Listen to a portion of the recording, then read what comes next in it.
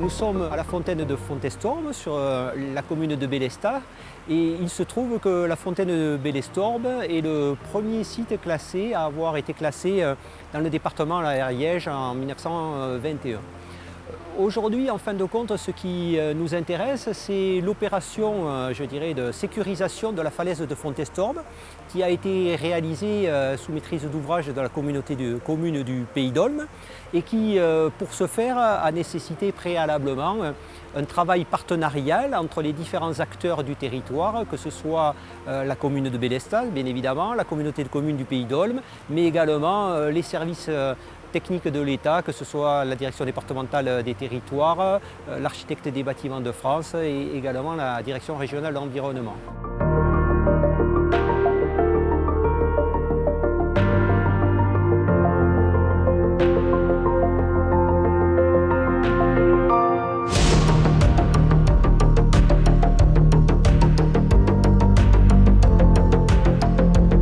Nous sommes en présence de falaises rocheuses dont une partie d'elles connaissait des problèmes de stabilité et donc de gros blocs s'étaient décrochés il y a quelques années de cela et on avait donc un problème de sécurité face auquel il fallait apporter des réponses, notamment parce que la fontaine intermittente de Fontestorbe, outre avoir été le premier site classé en Ariège, est également un site touristique très fréquenté compte tenu de la particularité pour constituer cette fontaine intermittente dans son fonctionnement. Donc, compte tenu de la verticalité de cette falaise, ça a donné lieu à des travaux relativement acrobatiques et la nécessité de recourir à une entreprise spécialisée dans ce type d'intervention.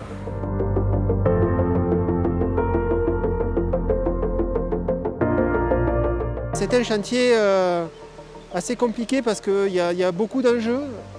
Enjeux environnementaux, on est sur un site Natura 2000 avec des enjeux au niveau de la vie faune qui nous ont obligés à avoir un planning assez serré avec un démarrage qui a dû être anticipé mi-février et avec une fin avant le début du printemps pour l'arrivée des oiseaux. Des enjeux patrimoniaux très forts, on est sur le grand site de Montségur, donc avec une obligation d'intégration au maximum des ouvrages. Donc là, il y a eu un travail de proximité avec l'entreprise, les services de l'Adréal pour proposer des solutions qui s'intégraient le mieux. Des enjeux environnementaux avec l'eau, parce qu'il y a un captage AEP derrière, et potentiellement des risques de pollution du captage, puisqu'on est sur un massif karstique, notamment lors des opérations de foration et d'injection des ancrages. Donc ça a rajouté une autre contrainte. L'eau qu'on traite ici sur l'usine de Fontestorbe vient de la source de Fontestorbe. La phase de travaux, la pose du grillage et du filet était complètement au-dessus de la prise d'eau de l'usine. Donc la problématique était que s'il y avait des coulures de ciment qui tombaient dans l'eau, ça pouvait polluer la prise d'eau et polluer notamment l'eau qui arrivait à l'usine. Le chantier s'est très bien passé car ils ont fait vraiment attention qu'il n'y ait pas de coulure qui tombe dans l'eau. De ce côté-là, il n'y a vraiment pas eu de problème. Des contraintes de circulation puisqu'on a travaillé avec une route ouverte avec pas mal de passages. Et bien évidemment, c'est des contraintes techniques parce qu'on est sur des problématiques de chute de bloc avec des travaux acrobatiques sur corde. Le site qui est quand même assez exposé.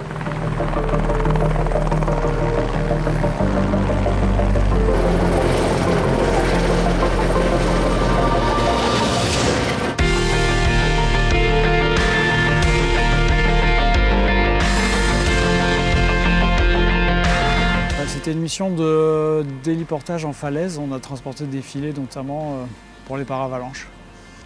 L'idée c'est d'approvisionner le chantier en matériaux. Donc soit on amène des matériaux pour qu'ils puissent travailler, soit on évacue les outils ou les matériaux qui sont plus nécessaires. Donc c'est du travail en falaise, donc on a une aérologie qui est particulière. Aujourd'hui, c'était le point compliqué, c'était l'aérologie parce qu'on a beaucoup de vent en plaine, et du coup là on a les turbulences en fait de ces courants d'air. Les gens qui sont en falaise sont sur des emplacements qui sont très exigus et du coup on est obligé d'être très doux sur l'arrivée, les départs et les déplacements de matériaux, de charges pour ne pas les embarquer avec nous en fait. Donc la complexité du chantier, c'est l'environnement, c'est la falaise. Voilà, on sait qu'il y a une grosse part d'adaptation. Il faut être sans cesse en train d'essayer d'adapter le projet tout en conservant le but final. Les travaux se sont déroulés en plusieurs étapes. On a d'abord fait une implantation fine, donc avec le maître d'œuvre. Ensuite, on est venu forer les ancrages qui permettent après une injection de ces ancrages, de venir plaquer le grillage sur la falaise. Voilà. La fontaine intermittente de Fontestorbe se trouve dans le périmètre de l'opération Grand Site de Montségur. Et ici, sur le territoire de Bélestat, la commune de Bélestat constitue une des portes d'entrée principales au site de Montségur et à son château. L'autre porte d'entrée principale se faisant via la commune de Montferrier.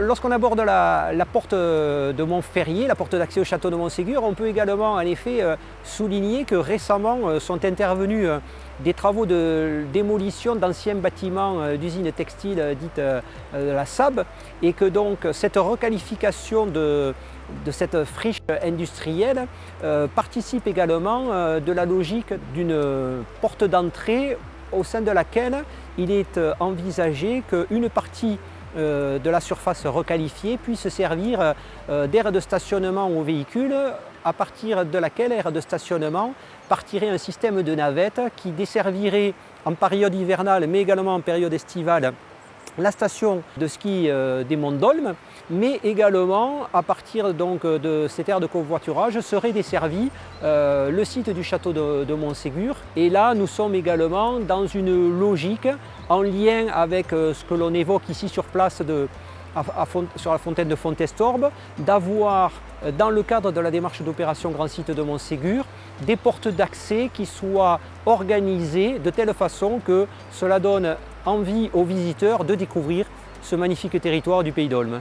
Si la falaise a été remise en sécurité par un travail exceptionnel et extraordinaire, celle de la démolition de la SAB sur Montferrier n'en est pas moins extraordinaire aussi, puisqu'aujourd'hui elle laisse la place à un terrain qui n'est plus un stigmate de l'histoire que nous avons vécue.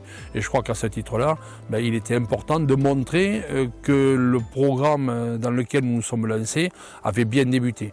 Je crois qu'aujourd'hui, notre territoire est un territoire où on dit ce que nous voulons faire et nous faisons ce que nous avons dit. En tout cas, c'est la mission pour laquelle, je pense, les élus m'ont fait confiance dans ce choix, pour faire en sorte que ce territoire du Pays d'Olme, celui du Pays des Pyrénées-Cathares, mais notamment le Pays d'Olme, soit une destination touristique telle que je le souhaite pour l'ensemble de nos concitoyens, mais également pour l'ensemble du département.